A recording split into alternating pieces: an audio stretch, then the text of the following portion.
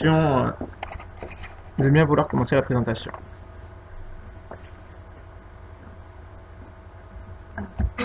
Bonjour, vous m'entendez bien? Oui, oui, parfait.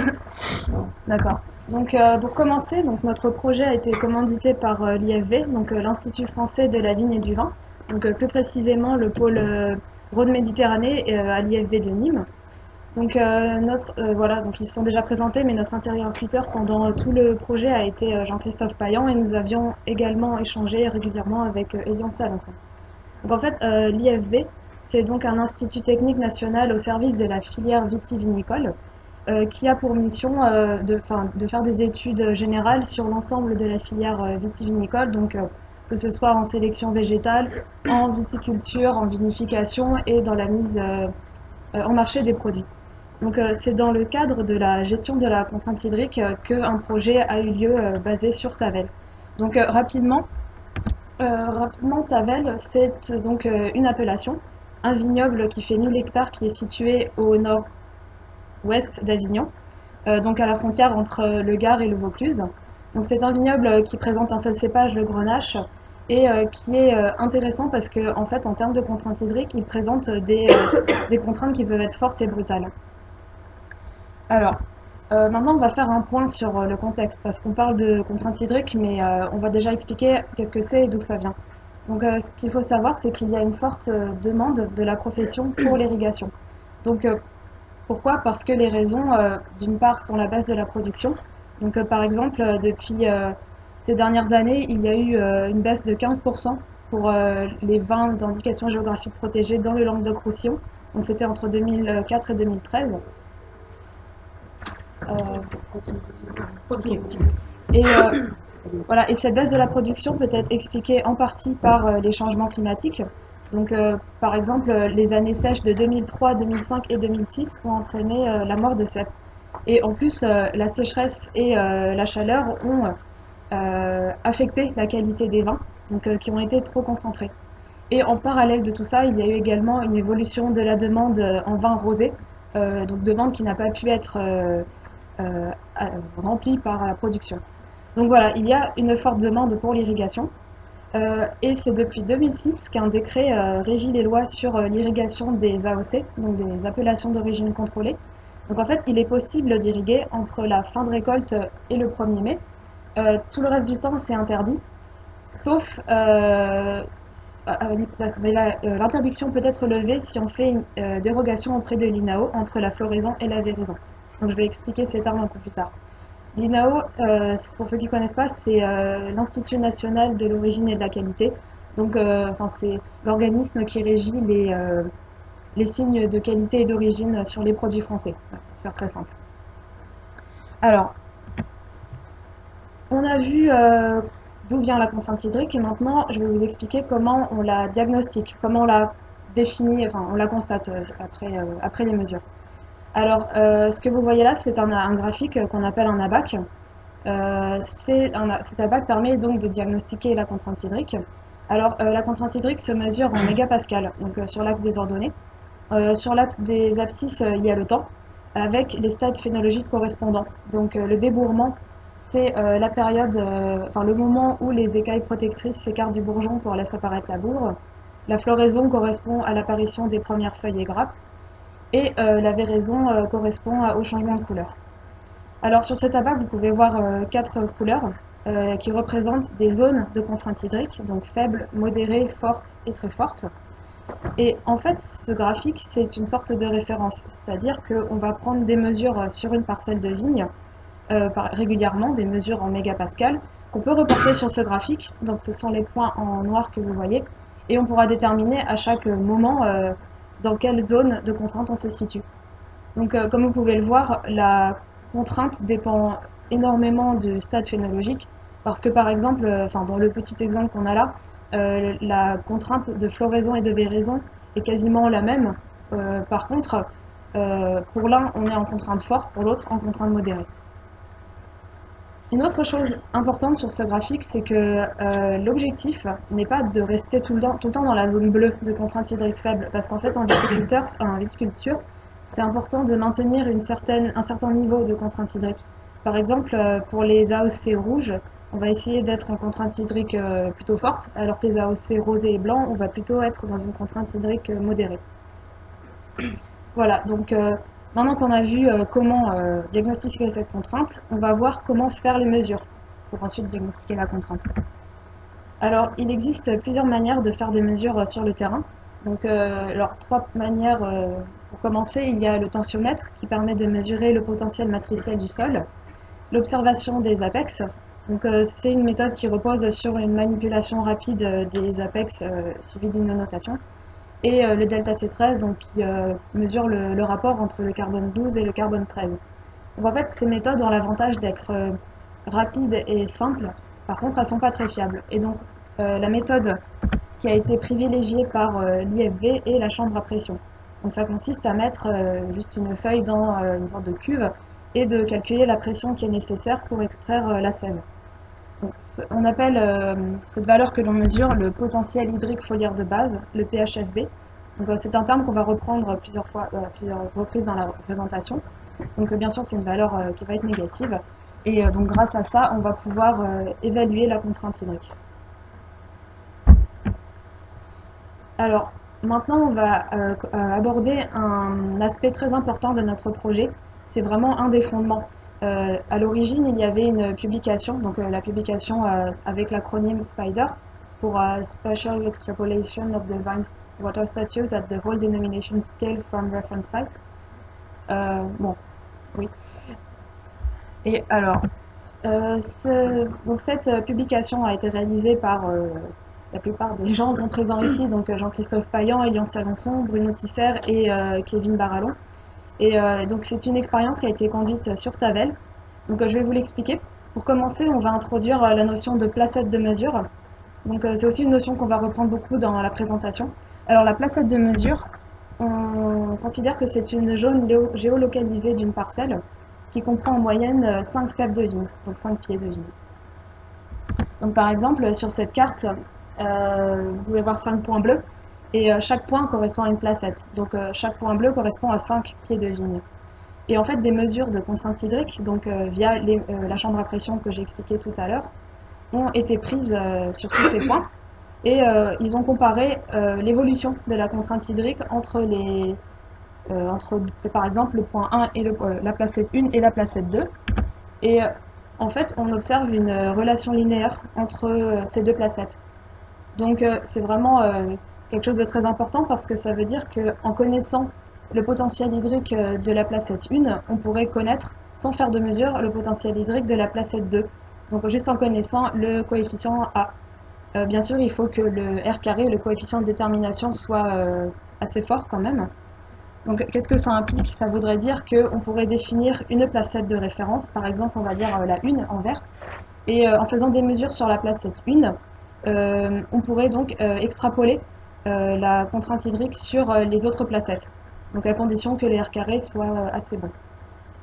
Alors c'est une découverte majeure donc, pour le projet, puisque à partir de plusieurs placettes de référence, on pourrait donc extrapoler la contrainte hydrique sur les autres placettes du vignoble. Donc, bon, par contre, ça a été testé uniquement dans le Gard grâce à la collaboration IFV AOC Tavel. Alors, maintenant on vient de voir tout le contexte scientifique et agronomique. Et là, on va essayer de resituer la problématique de la contrainte hydrique et de l'irrigation dans la filière vitivinicole. Donc cette filière, au centre de laquelle figure le viticulteur, donc est composée de nombreux acteurs en interaction les uns avec les autres. Alors par exemple, il y a des structures techniques et scientifiques, des partenaires financiers, des organismes de réglementation et de contrôle, oui, et les autres viticulteurs aussi. Donc les interactions sont diverses, elles peuvent être des conseils, des contrôles, de l'entraide, des aides financières. Et en fait, donc on voit bien déjà que c'est un milieu qui est riche en acteurs et il y a besoin d'avoir une vision pour tous ces acteurs, une vision globale sur la contrainte hydrique et sur l'irrigation. Et donc il y a besoin de pouvoir avoir des informations. Donc c'est à partir de tout ce contexte qu'on arrive donc à la demande. Alors l'objectif c'est de pouvoir valoriser les travaux de recherche, donc les relations linéaires, enfin l'extrapolation que je vous ai expliqué tout à l'heure. Et donc pour cela, il s'agirait de construire une application permettant de centraliser des données de contraintes hydriques, de les cartographier, de les évaluer, et ensuite de pouvoir mettre à disposition cet outil auprès des différents acteurs de la filière. Et donc cet outil, il est important qu'il soit donc participatif. Alors la demande qui a été formulée auprès de nous, enfin de notre groupe, est de pouvoir montrer la faisabilité d'une solution informatique participative qui permettra, à partir de placettes de référence, le calcul et l'automatisation de la représentation spatialisée de la contrainte hydrique. Alors, c'est pour répondre à cette demande que nous nous sommes organisés en nous inspirant des méthodes agiles. Donc, c'est-à-dire que le projet a été découpé en sprints. Alors, un sprint, c'est une phase de temps qui a des objectifs et souvent qui aboutit à un rendu de quelque chose. Donc là, le premier sprint, ça a été l'analyse des besoins. Le deuxième, le cahier des charges fonctionnel. Ensuite, le cahier des charges techniques. Et puis, on a eu 3 sprints pour faire le démonstrateur. Donc, ce sont ces différentes phases du projet que l'on va maintenant vous présenter, donc qui vont constituer les différentes parties du plan. Donc, on va aborder dans un premier temps les besoins principaux et fonctionnalités en fonction des acteurs. Ensuite, on va passer au côté technique et voir l'architecture de l'application et les préconisations techniques. Ensuite, on va vous faire en direct une démonstration de l'application et on va terminer avec le bilan et les perspectives. Alors, avant de commencer vraiment, on va faire un petit point sur le vocabulaire. Hop. On a défini ce qu'on appelle un projet. C'est une notion un peu compliquée, on va vous la répéter, mais faites attention pour comprendre ce que c'est. C'est en fait un groupe d'acteurs de la filière vitivinicole qui coopèrent sur une même zone d'étude et qui acceptent de partager leurs données sur la contrainte hydrique. Et ces données vont permettre de fournir l'application cartographique à tout utilisateur qui adhère au projet. Donc pour vous donner un exemple, un projet, ça peut être une appellation, comme l'AOC Côte-du-Rhône. Et au sein de ce projet, on peut voir plusieurs unités d'extrapolation. Alors, une unité d'extrapolation, c'est une zone caractérisée par des régimes pluviométriques homogènes. Et alors pourquoi on divise un projet en unités d'extrapolation? Eh bien, tout simplement parce que la relation linéaire que j'ai expliquée tout à l'heure ne fonctionne que si on a le même régime pluviométrique. Voilà, donc vous pouvez voir aussi qu'une unité d'extrapolation peut être constituée de plusieurs unités géographiques séparées comme la une. Voilà, au sein des unités d'extrapolation, on a donc les parcelles, et au sein de certaines parcelles, il y a les placettes. Alors, ce qu'on appelle une mesure, c'est un relevé de contraintes hydriques à une date donnée sur un cep de vigne d'une placette. Voilà, donc ça c'était tout pour le petit moment vocabulaire. Maintenant, je vais laisser la parole à Cindy qui va vous présenter les besoins et les fonctionnalités. Donc bonjour à tous. Maintenant nous allons plus passer à un bilan de l'analyse des besoins et du cahier des charges fonctionnelles que nous avons effectué. Donc pour commencer, là nous allons parler des acteurs susceptibles d'utiliser l'application Carto et non plus des acteurs de la filière vitivinicole. Donc en fait ce qu'on peut voir sur ce schéma c'est le même que précédemment, sauf que nous y avons enlevé l'Union européenne, l'INRA et l'IFV qui n'ont pas forcément vocation à utiliser l'outil. En effet, l'IFV est là en tant que moteur du projet Carto et non pas en tant qu'utilisateur. Toutefois, on peut quand même constater qu'il y a énormément d'acteurs qui vont être susceptibles d'utiliser cette application et qu'il existe une grande communauté et une grande communication entre tous ces acteurs. Donc, tout d'abord, il faut savoir que sur tous les acteurs qui étaient présentés précédemment, ils ont tous énoncé certains besoins, donc ça vraiment sont des besoins qui sont primordiaux, notamment la localisation de la contrainte hydrique qui permet effectivement un meilleur suivi à la parcelle de façon géolocalisée de cette contrainte. Le deuxième besoin qui était vraiment commun à tous ces acteurs, c'est la gestion de la détermination de la date de première irrigation en viticulture. En effet, il faut savoir que cette date est très très importante, qu'elle est vraiment primordiale en viticulture et que une fois qu'on a irrigué, le modèle d'extrapolation ne fonctionne plus. Donc il est d'autant plus important de déterminer correctement cette première date. Du coup, pour cela, les fonctionnalités qui ont été associées à ces besoins sont donc la visualisation de la contrainte hydrique, donc via une carte, donc de manière géolocalisée, et avec un code couleur pour représenter les différents niveaux de contraintes sur les placettes. Le deuxième type de fonctionnalité associée, ce sont l'affichage de l'historique de cette contrainte à travers des tableaux et des graphiques, toujours pour avoir en fait des représentations faciles à comprendre. Ensuite, en ce qui concerne plus spécifiquement les viticulteurs, donc nous avons toujours donc, les besoins communs à tous les acteurs, mais pour les viticulteurs, ils ont aussi besoin de communiquer entre eux pour faire face collectivement aux problèmes. En effet, aujourd'hui, les viticulteurs sont prêts à partager l'ensemble de leurs données de contraintes hydriques et donc à améliorer leurs pratiques collectivement et donc à affronter les problèmes ensemble. Un deuxième besoin qu'ils nous ont énoncé, c'est de communiquer avec leurs partenaires et de valoriser leurs images. En effet, en utilisant une application de type Carto, ils montrent qu'ils s'intéressent à la technologie, qu'ils essaient d'être à la pointe et qu'ils font des efforts pour gérer aussi leurs contraintes. Donc ils ont aussi besoin de moyens de communiquer ces choses-là. Donc là, dans ce cas-là, les fonctionnalités associées sont la saisie, la modification et le partage de ces données. Donc toujours donc, cet aspect collectif pour répondre à l'aspect collectif et l'exportation des informations. Donc l'exportation, c'est-à-dire vraiment récupérer des informations qui soient parlantes et qui puissent permettre de communiquer. On sait tous qu'à travers une carte, un graphique, tout le monde regarde, on la comprend. Si on discute juste, on peut perdre les informations. Si c'est un rapport écrit, ça peut ne pas être clair. Alors que là, l'exportation, du coup, qui est fournie à travers une carte ou un graphique, est bien claire et peut être comprise par tout le monde.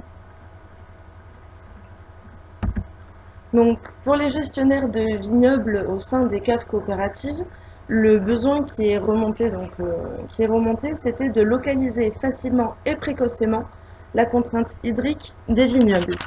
Par précocement, en fait, on entend que quand il y a une demande de dérogation qui est faite, c'est un processus administratif qui peut parfois prendre du temps. Et donc, du coup, en fait, de localiser facilement et de déterminer cette contrainte hydrique, ça pourra permettre de faciliter les demandes de dérogation en temps et en heure afin d'avoir des réponses plus rapides de l'INAO. Donc, pour cela, les fonctionnalités qui ont été associées sont des fonctions de filtrage afin on peut avoir une vue du coup au niveau des vignobles, donc des parcelles, des placettes.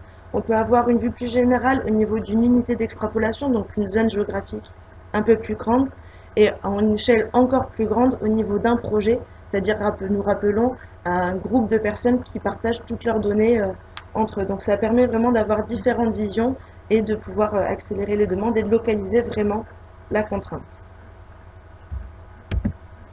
En ce qui concerne les chambres d'agriculture, le besoin qui est vraiment remonté, c'était d'optimiser leurs conseils pour les agriculteurs.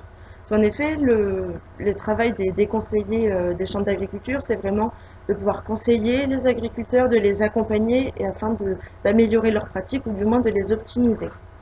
Donc, du coup, eux, ce qu'ils ont besoin, par contre, au niveau des chambres, ce qui est remonté, c'est qu'ils ont besoin d'une vue à une plus grande échelle. C'est-à-dire, eux, ils travaillent souvent au niveau du département.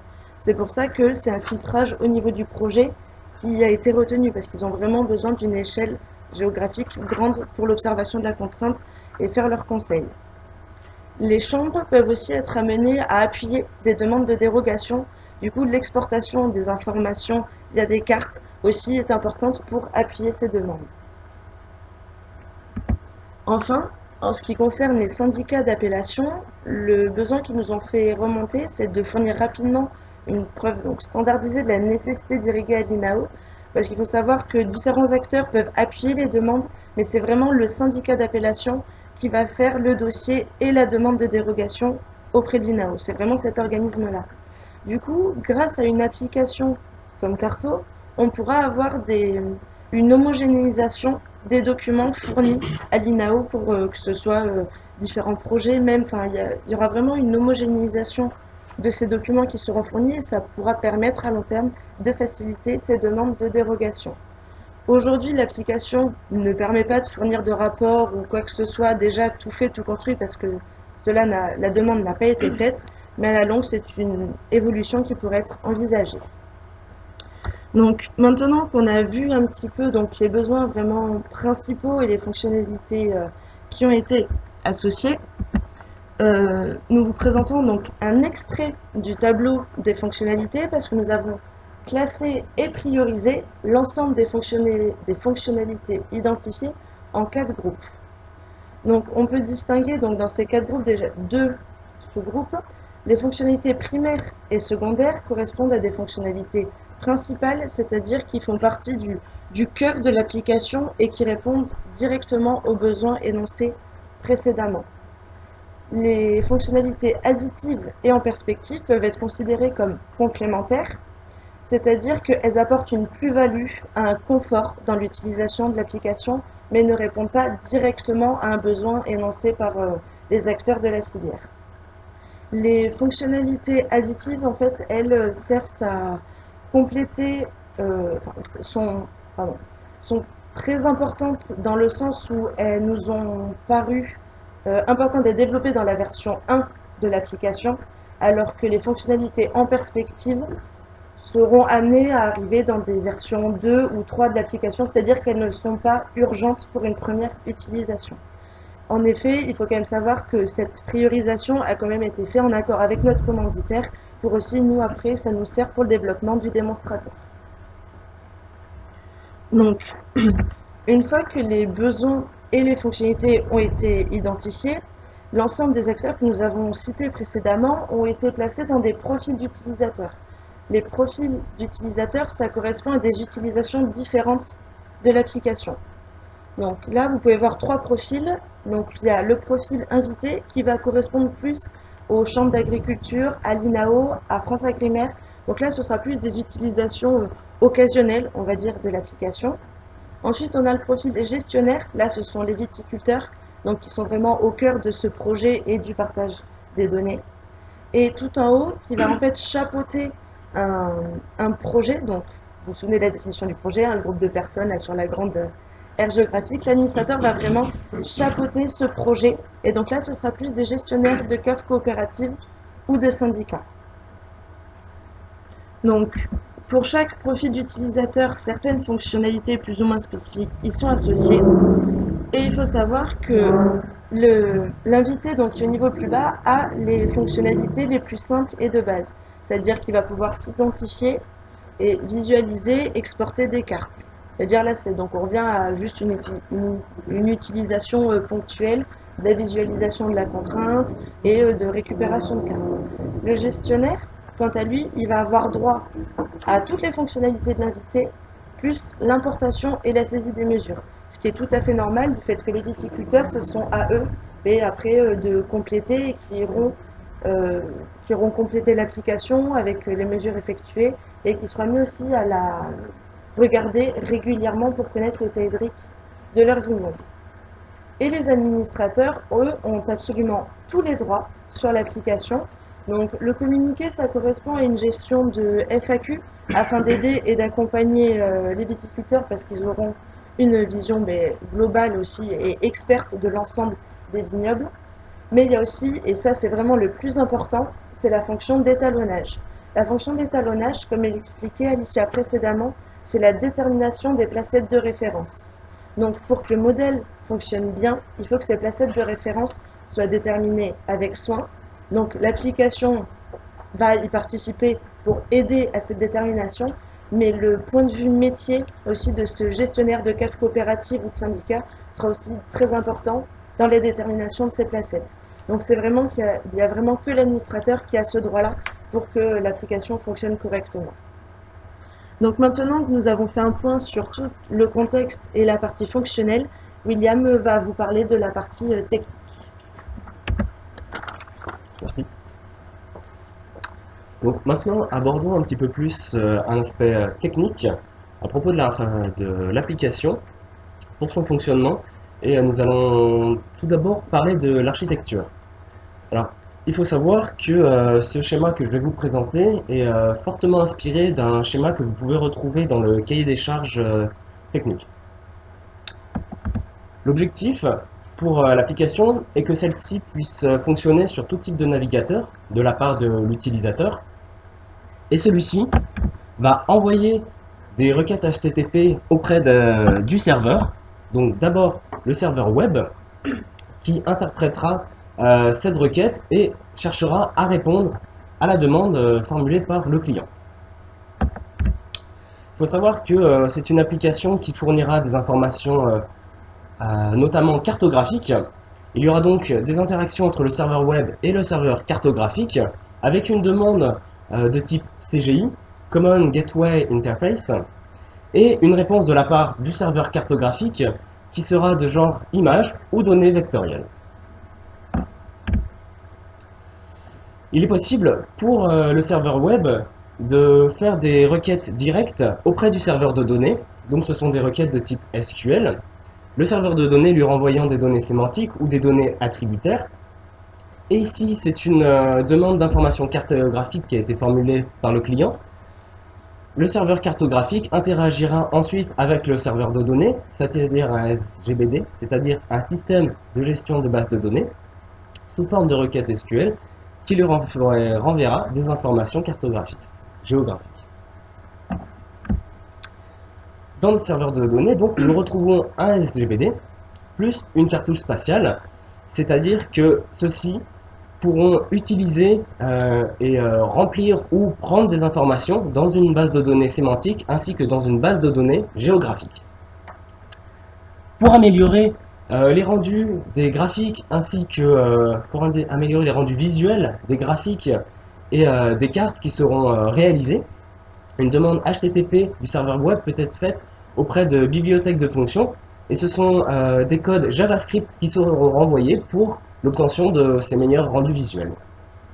Enfin, il est possible d'afficher des fonds cartographiques dans l'application, et ces fonds cartographiques sont créés, visualisés grâce à des services web cartographiques. Ce sont des demandes HTTP qui sont formulées par le navigateur du client, et des images ou des données géographiques sont renvoyées. Je précise que tout l'encadré en vert ici correspond à ce qui sera à mettre en place quand on voudra mettre en place l'application. Ici, quels étaient les enjeux lors de notre développement? Il y en avait plusieurs. Il fallait que les élèves réussissent à créer une interaction entre l'ensemble de ces outils. Il fallait également que les élèves réussissent à accéder aux services web cartographiques ou à des bibliothèques de fonctions pour leur permettre d'économiser du temps de développement. Il faut savoir également que la cartographie web était une nouveauté pour les étudiants et qu'il fallait qu'ils apprennent à la maîtriser. Et enfin, la construction de la BAC ainsi que l'automatisation de l'affichage des placettes était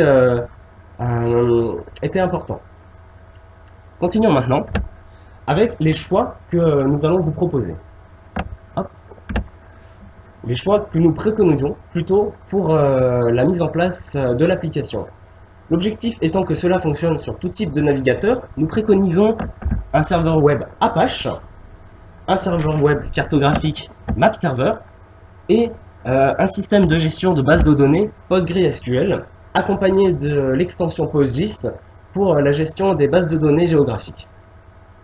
Dans le cadre des bibliothèques de fonctions, il serait intéressant pour l'aspect cartographique d'utiliser OpenLayer, pour l'aspect graphique, construction des graphiques, d'utiliser iChart et Shiny pour la construction et le calcul tous les calculs, Shiny étant une bibliothèque de fonctions du logiciel R.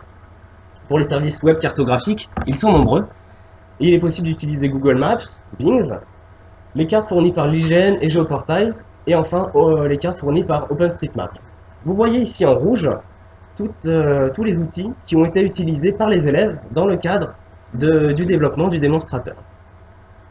Nous devons souligner un verrou quand même important, c'est que les cartes fournies par l'IGN sont payantes, et grâce à l'IGN, nous avons la possibilité pourtant d'afficher tout le cadastre. Maintenant, nous allons passer à la partie suivante, le démonstrateur. Quel était l'intérêt, les enjeux plutôt, du démonstrateur? L'enjeu était de démontrer la faisabilité, tant sur le point technique, sur ce que je viens de vous montrer ici, ainsi que sur le plan de la cohésion de toutes les parties de l'analyse des besoins, de l'analyse fonctionnelle et de l'analyse technique. Ici, vous pouvez voir 3 profils d'utilisateurs pour 3 scénarios.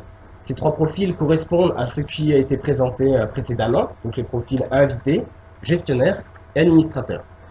Donc nous aurons 3 scénarios. Alice Gragnan, elle est membre du pôle viticole de la Chambre d'agriculture du Gard. Monsieur Benoît Trébouet, il est viticulteur, son vignoble s'appelle Les Pierrelles, et il est membre de la cave coopérative de Tavel. Et enfin, Renaud Narzac, viticulteur du vignoble Les Arillettes, en charge de la gestion de la cave coopérative de Tavel. L'objectif, oui, pour ces 3 profils, d'abord, Alice Gragnan, on verra les fonctionnalités de ce profil, et donc elle cherchera à visualiser les vignobles en contraintes fortes et très fortes. Elle cherchera également à exporter la carte afin d'affiner un conseil aux viticulteurs. Benoît Trébouet cherchera à renseigner de nouvelles données, à obtenir divers bilans sur ses placettes, à paramétrer ses alertes et à exporter des données. Et Renaud Narzac importera une base de données dans son vignoble, étalonnera le modèle, obtiendra des bilans, corrigera des mesures et créera une nouvelle placette. Je tiens à préciser que pour une question pratique, l'ordre de scénario ne recoupe pas ici l'ordre de présentation des profils. Nous commencerons par Benoît Trébouet, ensuite nous aurons Renaud Narzac et nous finirons avec Alice Gragnan. Abordons donc maintenant le démonstrateur et Xenia me rejoint. Bonjour. Nous allons à présent donc vous présenter différents cas d'utilisation. Pour que vous puissiez bien voir ce qu'il se passe, nous ferons régulièrement des zooms sur des parties de l'écran. Dans le cas du démonstrateur, nous nous trouvons en l'année 2012, ce qui correspond au jeu de données que nous utilisons à la dernière année du jeu de données que nous utilisons. Le premier scénario concerne donc Monsieur Trébouet. Souvenez-vous, il appartient à la cave coopérative de Tavel et participe à un projet sur la contrainte hydrique. Il a un profil utilisateur gestionnaire. La personne qui gère le projet a déjà réalisé l'étalonnage du modèle. Aujourd'hui, il se connecte afin de renseigner de nouvelles données, obtenir divers bilans sur ses placettes, paramétrer ses alertes, adapter les abacs à son vignoble et exporter des données. Alors, j'ai rentré mon identifiant, mon mot de passe ici. Je vais maintenant me connecter. Vous pouvez voir sur le volet de gauche que différents onglets sont accessibles. Au fil du démonstrateur, vous remarquerez que certains ne seront pas visibles par tous les types d'utilisateurs. Sur la barre supérieure, on voit l'identifiant de l'utilisateur, sur lequel il peut cliquer pour gérer son profil, se déconnecter ou réinitialiser la base de données. Nous avons ajouté cette fonctionnalité afin que le commanditaire puisse refaire à l'identique la démonstration. Elle ne devra pas figurer sur le produit fini. Au centre de l'écran, vous pouvez apercevoir la carte de la contrainte hydrique des unités d'extrapolation auxquelles il appartient. Les points visibles sur la carte sont des placettes de mesure. Les placettes bleues sont des placettes en contrainte faible, les vertes en contrainte moyenne, les oranges en forte et les rouges en très forte. Lorsque l'on passe la souris sur une placette, des informations sont disponibles et elles s'affichent en bas de la carte. On peut voir le numéro de la placette, le nom de la parcelle et le nom du cépage. L'encadré affichage est la légende relative à la carte. Différents encadrés sont situés à côté de la carte. Ils seront explorés au cours des scénarios. Enfin, notons également que l'application est responsive. Lorsque l'on met un niveau inférieur ou supérieur à la fenêtre du navigateur, qui est ici lors du zoom, l'écran s'adapte, les encadrés s'agencent différemment. Bon, alors moi, ce qui m'intéresse, ce serait de visualiser les parcelles de mon vignoble, mais pourquoi pas changer de fond de carte. Ici, on voit que le fond de carte par défaut, c'est l'IGN. Ce qui m'intéresserait, ce serait plutôt d'afficher le cadastre. Donc, je vais cocher ici. Voilà. Donc, j'ai le cadastre qui s'affiche. Donc on voit les parcelles cadastrales. Après, ce qui m'intéresse davantage, ce serait de voir uniquement les parcelles de mon vignoble. Donc je vais cliquer ici sur mon exploitation. Vous voyez, ici certaines placettes ont disparu de la carte pour ne laisser place qu'aux placettes de son domaine. Voilà. Donc voilà, j'ai mes parcelles. Je pense que ce serait pas mal de pouvoir être informé si une de mes placettes est en forte contrainte hydrique. Le mieux, ce serait de recevoir une alerte quand un seuil est dépassé. Voilà, je vais cliquer ici.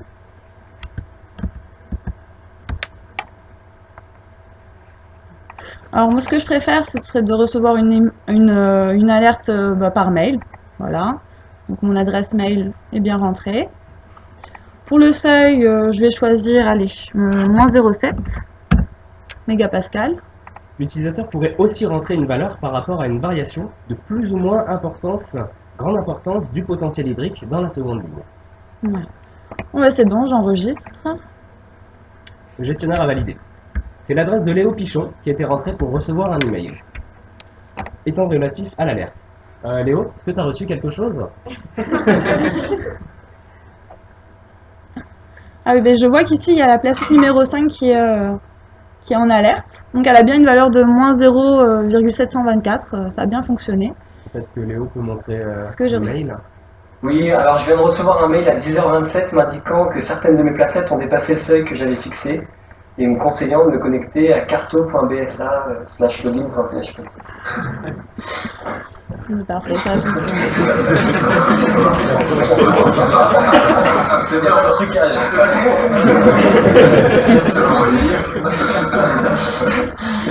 C'est un bon.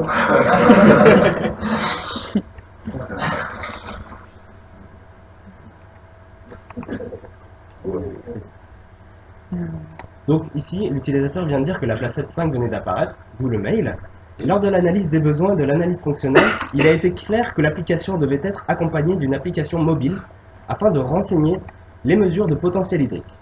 Cependant, il nous a paru important de développer des fonctionnalités qui permettent à un utilisateur de rentrer des mesures manuellement. C'est ce que M. Trébouet va à présent réaliser. Oui, alors c'est vrai que j'ai eu un petit problème avec mon smartphone sur le terrain pendant la dernière campagne terrain. Donc je suis obligée de rentrer les valeurs à la main sur l'application web pour la placette de référence numéro 19. Donc pour ça, je vais aller dans l'onglet à gauche Édition des mesures. En arrivant sur cette page, Édition des mesures, on trouve la carte de la contrainte hydrique accompagnée de sa légende, un encadré filtre ainsi que 4 onglets. Ici, Importation, Historique, Ajouter des placettes et Ajouter des mesures. Voilà, donc pour ma placette 19 de référence, je vais la chercher sur la carte. Ah, elle est là, je clique dessus. Après que le gestionnaire ait sélectionné cette placette, on voit apparaître une pop-up, exactement, qui contient les coordonnées de la placette, son ID, son potentiel hydrique, le cépage de la parcelle, ainsi que le nom de la parcelle et le nom de l'exploitation. Ok. Bon alors, du coup j'ai 5 mesures à rajouter. Donc je vais aller dans l'onglet Ajouter les mesures. La placette numéro 19 est toujours sélectionnée. L'ajout des mesures se fait donc sur cette placette. Alors, donc ici la date correspond bien à aujourd'hui, donc ça me convient, je la garde. Après pour le type de mesure PHFB, donc ça correspond bien à chambre à pression, ça me convient aussi. Parfait. Pour information, il pourrait également sélectionner Apex en type de mesure lorsque les recherches scientifiques, évidemment, concernant cette méthode seront suffisamment abouties. Voilà, donc j'ai cliqué 4 fois sur plus parce que j'ai 5 mesures à ajouter. Donc je vais rentrer mes valeurs. Voilà, moins 0,71, moins 0,80, moins 0,72 et moins 0,85. Voilà. Allez, j'enregistre. Vous voyez ici apparaître une fenêtre d'erreur. Et donc, notons que le gestionnaire ne peut pas rentrer une valeur de potentiel hydrique positif. Une alerte s'affiche dans ce cas-là. Ah oui, effectivement, j'ai oublié un moins à 0,72. Je vais le rajouter. Voilà. Une extrapolation a été réalisée. Exactement. Après avoir validé, car c'est sur la placette de référence que des valeurs ont été ajoutées. Certaines placettes auraient pu en conséquence changer de couleur sur la carte. Voilà, donc ok. Donc je regarde un peu ma carte. Voilà, mes placettes. Là, pour la placette numéro 2, Vu sa position et vu les intempéries qu'il y a eu cette année, je pense que ce serait assez intéressant de voir l'évolution de la contrainte hydrique au cours de ces derniers mois, avec une courbe. Donc, je vais dans carte, je retrouve ma placette 2, je clique dessus. Vous voyez ici déjà que la placette 19 s'est ajoutée dans les alertes. Ensuite, vous remarquerez que les deux boutons s'affichent uniquement lorsque l'on clique sur une placette. Ces deux boutons bleus. Ici, vu que la placette numéro 2 est sélectionnée. Le second bouton, où il y a la souris, permet de visualiser un graphique comparant les deux dernières mesures de la contrainte hydrique pour une placette. Moi, ce qui m'intéresse, c'est le premier, donc je clique sur le premier bouton. Vous pouvez voir la carte à côté du graphique. Cela permettrait de sélectionner une autre placette sans repasser par l'onglet carte. Donc là, c'est toujours pour ma placette numéro 2, je vois la BAC. Voilà. Par contre, par rapport à cette année, j'ai pu observer que la véraison s'est terminée 10 jours plus tôt. Donc je vais modifier ça ici. Voilà. Tac. Ici, les dates correspondent toujours aux dates de fin de stade et non aux dates de début de stade. Donc je l'ai mis au 22 juillet au lieu du 1er août et je vais valider. Voilà. En bougeant le curseur de l'axe du temps, il est possible de modifier la période sur laquelle s'affiche le graphique. En cliquant sur des éléments de la légende, on peut masquer ou afficher des parties de la BAC. Et ici apparaissent en différents points les valeurs de potentiel hydrique de l'année 2012, c'est-à-dire de l'année en cours. Donc comme je disais tout à l'heure, la placette 2, elle a pas mal subi au niveau météo cette année par rapport à l'année dernière. Et ce serait intéressant de comparer avec 2011. Donc je vais choisir de faire apparaître la courbe de 2011. Il est possible de cliquer sur autant d'années qu'il veut afin de les comparer entre elles. Voilà. Donc voilà, ce graphique me convient bien, je trouve qu'il est pas mal. Et j'aimerais bien en discuter avec mes collègues. Donc je vais l'enregistrer sur mon ordinateur. Ici, j'ai différents formats possibles, donc JPEG, PNG, PDF. Donc moi, je vais choisir format JPEG en image. Voilà, il va s'enregistrer. Il apparaît ici. Il est également possible d'imprimer le graphique. Super, voilà. Bon ben maintenant j'en ai fini avec l'appli, je vais me déconnecter.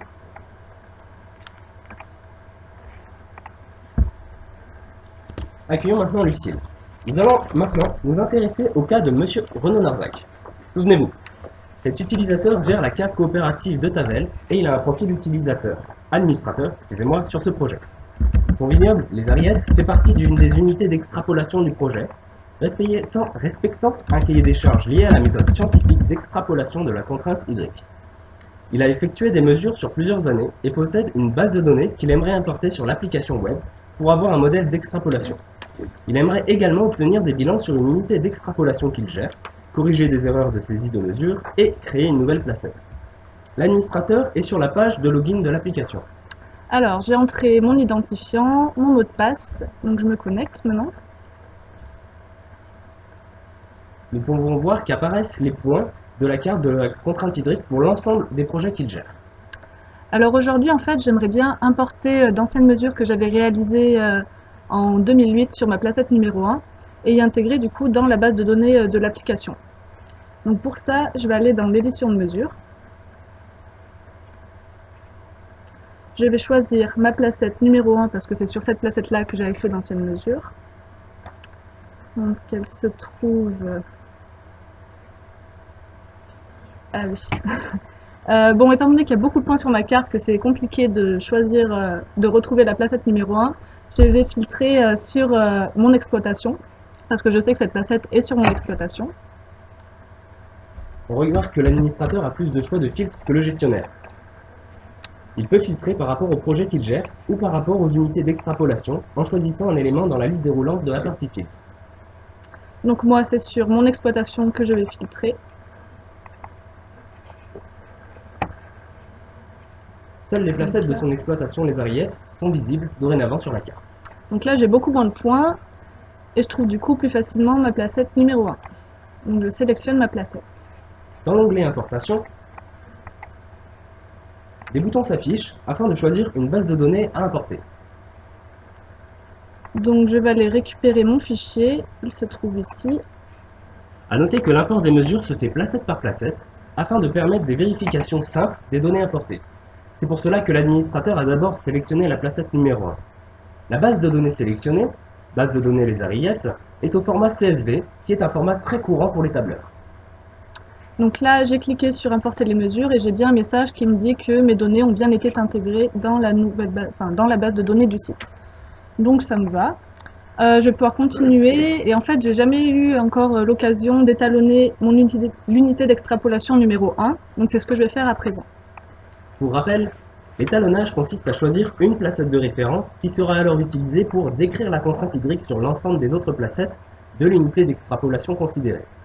Ici, vous pouvez remarquer que l'administrateur visualise les données de son exploitation car les filtres sont maintenus lorsque l'on navigue sur l'application. Donc moi, c'est sur l'unité d'extrapolation numéro 1, donc je vais sélectionner mon unité 1. Vous pouvez remarquer que des valeurs de potentiel hydrique sont identiques, mais avec des couleurs de contraintes différentes. Ici, normalement, la valeur de moins 0,45 MPa apparaît en différentes couleurs pour les ID 8 et 9. 9, oui, on vient de filtrer, effectivement, maintenant. Ah bon. L'administrateur pourrait aussi filtrer selon une date s'il le désirait. Par défaut, c'est la dernière date qui est affichée. Et enfin, le tableau affiche l'identifiant de la placette, la valeur de la contrainte hydrique, l'unité d'extrapolation, le nom de l'organisme, l'identifiant de la parcelle, le nom de la parcelle, l'année de plantation, la densité de plantation, le cépage, le porte-greffe, ainsi que si la placette est de référence ou non, et des commentaires. Donc une somme d'informations qui peuvent être intéressantes. Donc pour étalonner mon modèle, je vais cliquer sur éditer, modifier les placettes de référence. Notez que ce bouton n'apparaissait pas pour M. Bonneau-Tréboulet, car, comme décrit dans le cahier des charges fonctionnelles, avec un profil gestionnaire, on ne peut pas faire d'étalonnage. Ici, nous observons un tableau avec l'identifiant de la placette, le R moyen, l'erreur moyenne et le coefficient A pour chaque placette. Voilà. Le choix de l'application correspond toujours à la première ligne du tableau. Ici, la placette de référence proposée est la numéro 1. Et enfin, en bas du tableau, nous retrouvons une carte avec les placettes, un carré bleu indiquant la placette de référence proposée par l'application. Vous voyez que les autres placettes sont en noir, en gris ou en blanc. Elles varient et ces couleurs varient selon l'erreur d'extrapolation associée à la placette de référence. Une légende dans l'encadré affichage est disponible. Donc en fait sur la carte je remarque que la placette de référence proposée, donc c'est la numéro 1, mais je sais que cette parcelle en fait est difficile d'accès, donc je ne vais pas choisir cette placette de référence et je vais en choisir plutôt une autre. Donc étant donné que je ne sais pas trop quelle placette choisir, je vais faire une simulation. Le bouton Simulation permet de tester les erreurs avec un nouveau point de référence sans l'enregistrer dans la base de données. En effet, après avoir cliqué sur ce bouton, l'utilisateur choisit une placette sur la carte. Cette placette est alors testée en tant que placette de référence. La ligne de cette placette est surlignée en vert dans le tableau. Donc on va bien là. Et donc du coup j'ai testé la placette numéro 10. Et en regardant l'erreur moyenne pour les autres points, donc ici on peut voir qu'on a une erreur de 0,094 mégapascal. Pour celle-là, l'erreur moyenne est également correcte. Ici, pareil. Donc en fait, je trouve que l'extrapolation est plutôt pas mal avec la placette numéro 10. Donc je vais choisir cette placette numéro 10 comme placette de référence. Une fois l'étalonnage validé, la page s'actualise. On remarque tout de suite dans le tableau que la ligne de la placette numéro 10 de référence est en bleu. La sélection a donc bien été prise en compte. Il est à noter qu'on ne peut pas sélectionner plusieurs placettes de référence par une unité d'extrapolation. Et de même, la carte en bas s'est actualisée, montrant à présent la placette numéro 10 sous forme de carré bleu, et les autres placettes en blanc, en gris ou en noir si ça avait été le cas. Donc maintenant que j'ai fini mon étalonnage pour l'unité d'extrapolation numéro 1, je vais m'intéresser à l'autre partie du projet que je gère, c'est-à-dire à l'unité d'extrapolation numéro 2. Donc pour ça, j'ai juste envie de voir à quoi ressemble la contrainte hydrique sur cette unité. Donc je vais voir le récapitulatif des placettes. Vous visualisez le tableau en bas de la contrainte hydrique filtrée sur l'unité d'extrapolation numéro 2 de Tavel. Donc après que j'ai sélectionné mon filtre, bien sûr.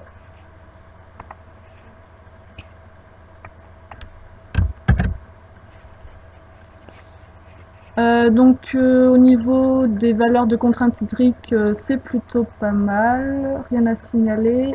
Ah si, il y a cette parcelle numéro 6 qui a une valeur de contrainte hydrique très faible en fait par rapport aux autres. C'est assez bizarre. Ah mais non, c'est parce que monsieur Danette m'avait dit qu'il avait fait une erreur de frappe lorsqu'il avait entré les mesures. Donc je vais aller voir ça de plus près. Donc je vais retourner dans l'édition de mesures. Une fenêtre s'ouvre. Excusez-moi. Donc je vais sélectionner ma placette numéro 6 parce que c'est cette placette-là où il y a un problème. Qui se trouve ici. Et je vais aller voir donc l'historique des mesures. Voilà. Juste en bas, une fenêtre est ouverte où on peut voir l'historique des mesures. Et donc là, c'est bien ici que j'ai un problème, donc je vais aller modifier ça. Cette fenêtre est donc ouverte où il accède aux 5 mesures rentrées ce jour-là. Et on peut voir qu'il y a des erreurs pour les mesures numéro 683 à 687. Et oui, en fait, il a rajouté des zéros en trop, donc je vais corriger ça tout de suite. Il aurait été également possible de supprimer des points s'il l'avait voulu. Donc j'ai modifié, j'enregistre. Les mesures ont bien été enregistrées, bon bah c'est parfait. Je vais maintenant pouvoir m'intéresser de plus près au cas de monsieur Danette, parce qu'en fait il m'avait aussi demandé d'ajouter une placette sur une de ses parcelles. Donc pour ça, je vais aller dans ajouter placette. Monsieur Danette, viticulteur, adhérent au même projet, souhaiterait débuter une campagne de mesure de 2 années sur une nouvelle placette. Il aimerait en effet avoir, à l'avenir, une information de la contrainte hydrique plus précise sur cette placette. En effet, celui-ci n'est pas encore très à l'aise avec l'application et préfère que ce soit Monsieur Narzac qui le fasse. Alors étant donné que je vais ajouter une placette sur une parcelle, donc ça serait plus intéressant si j'avais le cadastre. Donc je vais aller afficher le cadastre. Les parcelles cadastrales s'affichent donc sur la carte. Ceci permet de simplifier l'ajout quand même de nouvelles placettes du fait de l'affichage concret des parcelles. Alors je cherche la placette que monsieur Danette m'avait indiquée. En se déplaçant sur la carte, vous pouvez cette remarquer que le parcelle-là. curseur de la souris a changé. Alors, il faut que je coche sur ajouter une placette. Le curseur de la souris a changé. Je vais plus vite que la musique, décidément. L'administrateur peut alors cliquer sur la parcelle souhaitée. Donc c'est bien cette parcelle. Et j'ajoute ma placette. Ici, les coordonnées géographiques en WGS 84 de la placette créée s'affichent automatiquement. Et l'administrateur aurait pu inscrire ensuite le porte-greffe, l'année de plantation, ainsi que des commentaires concernant la placette créée s'il l'avait voulu. Donc je vais enregistrer mon point. On me dit que le point est bien dans la base de données. Donc c'est très bien, ça me va. J'ai fini tout ce que je voulais faire aujourd'hui, donc je vais pouvoir me déconnecter. Accueillons maintenant Capucine, pour le cas de Madame Alice Gragnan. Cette utilisatrice au profil invité est membre du pôle viticole de la Chambre d'agriculture du Gard et souhaite avoir une vision d'ensemble de l'état hydrique des parcelles de son département. Son objectif est d'affiner le conseil auprès des viticulteurs pour la gestion de la contrainte hydrique et d'aider ceux qui ont besoin de dérogation à l'irrigation, en proposant un appui argumenté au syndicat. Elle aurait ainsi accès aux 2 projets qui se déroulent sur son département et elle souhaite consulter le projet Tavel P1. Je me connecte.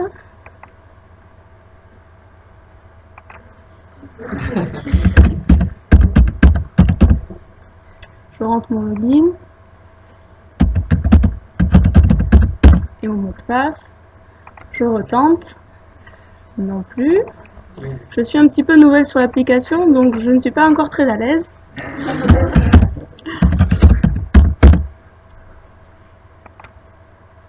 Voilà, j'arrive. Vous pouvez remarquer tout de suite sur le côté gauche qu'il y a moins d'onglets accessibles qu'avec les autres types d'utilisateurs. En effet, le profil invité ne peut pas ajouter, modifier ou même supprimer des mesures et il n'a pas accès aux informations détaillées concernant les différentes parcelles, comme décrit dans le cahier des charges fonctionnelles. On visualise directement la carte de contrainte hydrique pour l'ensemble des projets auxquels elle est inscrite. Alors moi aujourd'hui, je voudrais filtrer pour conseiller uniquement sur le projet Tavel P1. Alors je vais filtrer.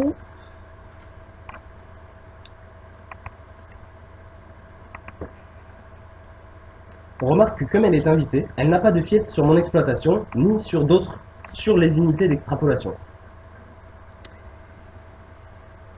Alors, je vais chercher la placette numéro 5, puisque c'est sur celle-ci que je voudrais regarder un petit peu le potentiel hydrique.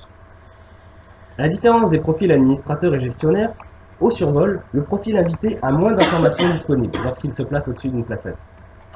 Il n'a pas le nom de la parcelle sur laquelle se trouve la placette, ni même le nom de l'exploitation.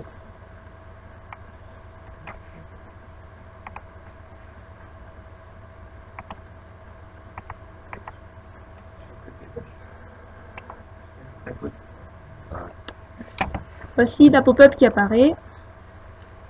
De même, sur la pop-up, le profil invité a seulement accès aux informations concernant l'identifiant de la placette, l'unité d'extrapolation, la moyenne du potentiel hydrique et le cépage d'une placette. Donc les noms de parcelles et d'exploitation ne sont pas affichés. Donc maintenant, je souhaite exporter cette carte pour faire du conseil. Donc je vais cliquer sur exporter. On arrive sur une nouvelle page avec la bonne emprise de la couche et le filtre précédemment choisi est toujours pris en compte.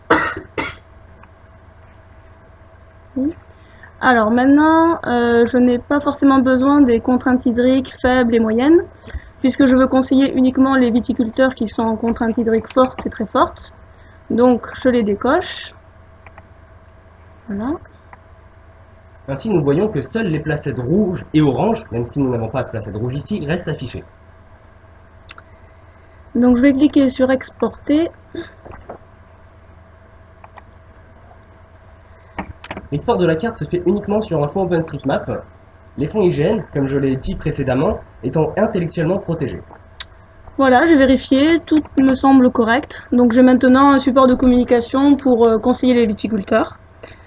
C'est bon, j'ai fini pour aujourd'hui. Donc je me déconnecte. Et voilà, la démonstration est terminée. Accueillons donc maintenant Aline qui va vous faire la fin de la présentation.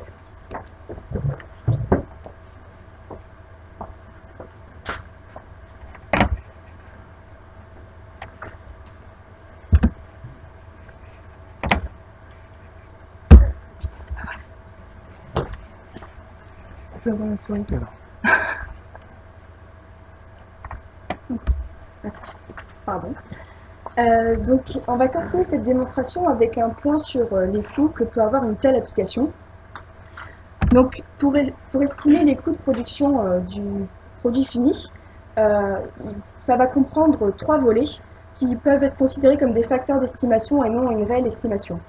Donc, ça va comprendre les facteurs de développement, le facteur de maintenance corrective et le facteur de maintenance évolutive. La maintenance corrective, ça va correspondre à toutes les corrections des problèmes que vous rencontrez les utilisateurs au quotidien, mais aussi la mise à jour et l'assurance du bon fonctionnement du site web. Alors que la maintenance évolutive, ça va correspondre aux nouvelles fonctionnalités qui pourront être mises en place en évolution du produit. Nous avons estimé un coût de développement de à peu près 90 jours hommes. Donc ce coût est issu de la comptabilisation des temps passés au développement des fonctionnalités, pondéré par la difficulté de réalisation des fonctionnalités. Donc ce temps estimé, on va l'extrapoler pour une équipe de développeurs aguerris, c'est-à-dire qui ont de l'expérience dans le développement web cartographique.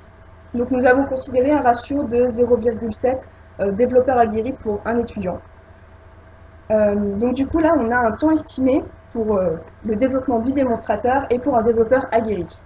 Donc du coup on a ajouté le temps estimé pour développer les fonctionnalités restantes, donc qu'on aurait mis pour développer les fonctionnalités restantes à ce temps estimé.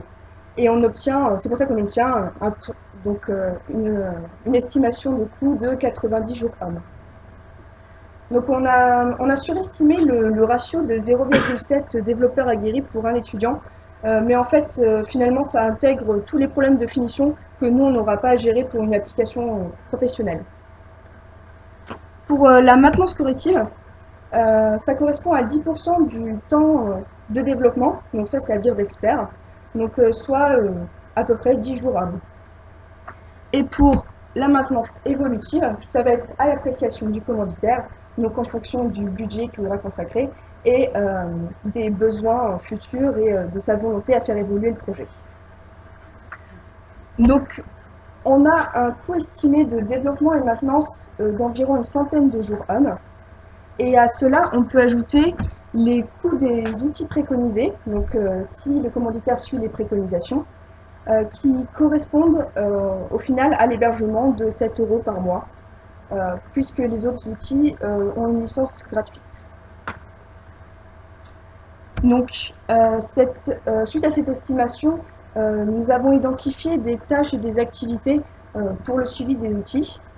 Donc, c'est bien entendu une préconisation qui va dépendre de la future utilisation de l'application, donc du nombre d'utilisateurs et de sa fréquence d'utilisation. Donc, nous préconisons un rôle de développeur pour les activités de mise à jour des codes, de gestion de la base de données, débugage, optimisation et prise en charge des futurs développements. Un rôle de technicien pour les activités de formation et assistance aux utilisateurs, et un rôle d'expert métier pour tout ce qui est gestion de la FAQ, mailing, et la prise en compte des nouveaux besoins et nouvelles fonctionnalités pour l'évolution du projet. Donc revenons maintenant à un bilan sur le projet.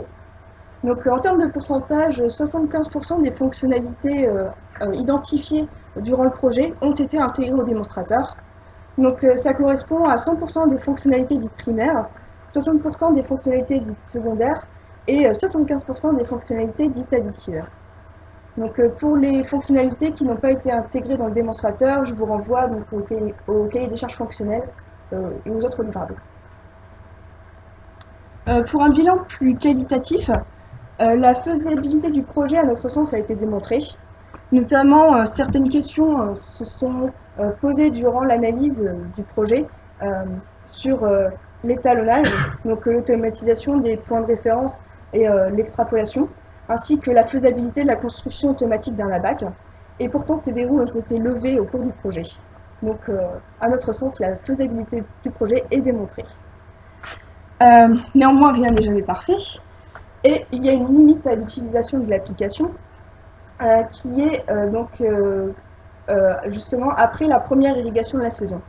Car un apport d'eau peut perturber le modèle d'extrapolation, et ça peut fausser du coup les estimations d'une placette vers une autre. Et donc l'application a plus vocation à être utilisée pour déterminer cette date de première irrigation et de faciliter les démarches de dérogation d'irrigation. Donc, lorsque cette version expérimentale deviendra une réelle application, nous avons pensé à tout ce qui pourrait se passer par après, et notamment toutes les évolutions et améliorations qu'on pourrait apporter à l'outil. Donc, on pourrait intégrer des fonctionnalités perspectives, dites perspectives qui se trouvent dans le cahier des charges fonctionnel, comme la prise en compte de différents types de mesures, comme par exemple la méthode des APEX, qui s'avère moins contraignante que le PHFB, la personnalisation de l'ABAC en fonction des objectifs de production, l'importation de données météo pour prévoir la contrainte hydrique sur plusieurs jours, un accès à un forum pour les échanges entre utilisateurs, et l'envoi de messages et notifications aux utilisateurs. Donc dans un deuxième temps, il pourrait y avoir une évolution en une application mobile qui permettrait l'importation de mesures du terrain directement dans la base de données, donc à l'aide de la géolocalisation du smartphone.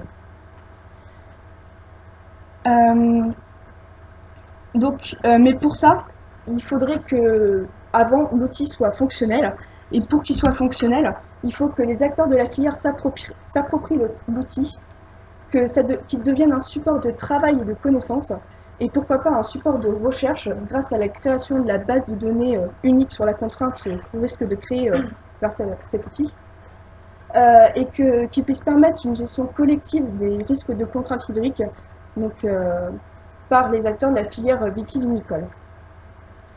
Et donc pour cela, il faut que cet outil soit qu'il y ait un développement effectif de l'outil, qu'il y ait une clarification des rôles de chacun autour du développement et du suivi de cet outil, et une communication autour de l'outil. Et pour permettre donc ces trois actions, on va vous fournir un certain nombre de livrables. Donc pour le développement, la note de cadrage, le cahier des charges fonctionnelles et le cahier des charges techniques. Pour la communication autour de l'outil, on fournira le démonstrateur et le jeu de données test, la vidéo du démonstrateur et le guide d'installation. Et pour la clarification des rôles de chacun, on vous fournira le document d'estimation des coûts avec ses annexes et cette présentation. En guise de conclusion, on aimerait revenir sur tout ce que le projet nous a apporté à titre personnel. Notamment, il nous a apporté une formation en gestion de projet, des connaissances dans le domaine viticole et des connaissances en développement web cartographique. Et pour cela, toute l'équipe projet aimerait remercier l'IFB pour nous avoir fourni ce projet aussi enrichissant et toute la disponibilité de Jean-Christophe Payan, mais aussi l'équipe pédagogique de Montpellier et celle de Bordeaux pour toutes leurs connaissances apportées durant ce projet. Donc, je vous remercie de votre attention, puis je vais passer la parole à Arthur pour les questions et réponses.